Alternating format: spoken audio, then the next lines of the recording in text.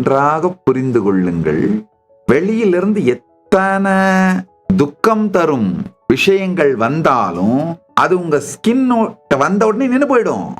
நீங்க கதவை திறந்து உள்ளுக்குள்ள இழுத்து, ஆமாமா வா வா வா வா, நானே ஏற்கனவே அப்படித்தான் நினைச்சிட்டு இருந்தேன், நீ சொல்லி கன்ஃபார்ம் பண்ற, இது கரெக்ட் தான் அப்படின்னு உள்ள இழுத்து வச்சு நீங்கள் சீரழிந்தால் என்ன செய்வது?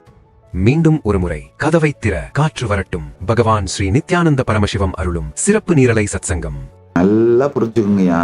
கர்ணனுக்கு கவச குண்டலம் மாதிரி நம்ம எல்லாரையும் பெருமான் நித்திய நிகழ்வுங்கிற இந்த மிகப்பெரிய கவச குண்டலத்தோட தான் அனுப்பியிருக்காருங்கய்யா.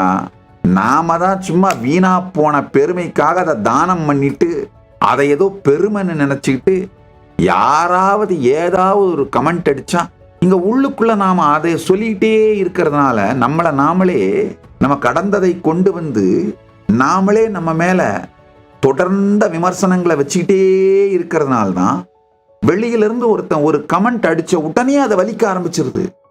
உள்ளுக்குள்ள இந்த தொடர்ந்த எதிர்மறை விமர்சனத்தை உங்களை நோக்கி வைத்துக் கொண்டில்லாமல் இருந்தீர்களானால் வெளியிலிருந்து யார் எந்த அம்பை எய்தாலும் அஸ்திரம் எய்தாலும் இந்த நித்திய நிகழ்வுங்கிற இந்த மிகப்பெரிய கவசம் உங்களை காத்து அந்த அம்பு உங்கள் மீது படாமல் உங்களை எந்த பாதிப்புக்கும் உள்ளாக்காமல் காணாமல் போய்விடும்.